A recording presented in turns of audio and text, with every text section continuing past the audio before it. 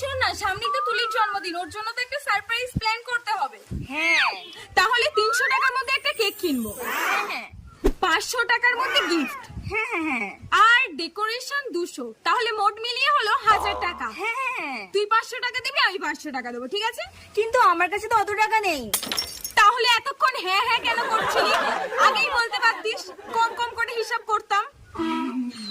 আচ্ছা ঠিক আছে, তাহলে 200 টাকার মধ্যে কেক, হ্যাঁ গিফটটা 400 টাকার মধ্যে, হ্যাঁ হ্যাঁ আর 100 টাকার মধ্যে ডেকোরেশন, ঠিক আছে? হ্যাঁ। তাহলে মোট হলো 700 টাকা। তুই 350, আমি 350, ঠিক আছে? কিন্তু আমার কাছে তো অত টাকা নেই। তাহলে এতক্ষণ হ্যাঁ হ্যাঁ কেন করছিলি? এক কাজ কর, তোকে কোনো টাকাই দিতে হবে না, তুই ফ্রিই সেলিব্রেশন করবি, আমি সব টাকা দিয়ে দিচ্ছি, ঠিক আছে? আবার হ্যাঁ হ্যাঁ করছে।